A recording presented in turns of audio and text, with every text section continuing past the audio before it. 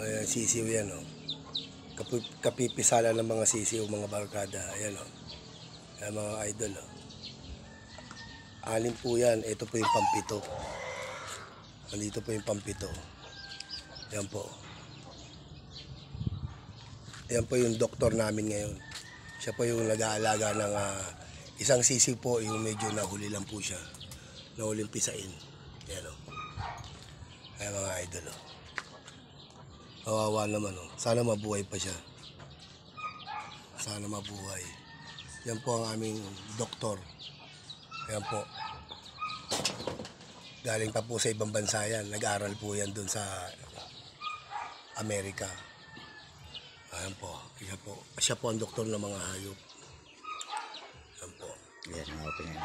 Medyo nahuli lang po. Yan po ang ating doktor. Galing pa pong ibang bansa yan.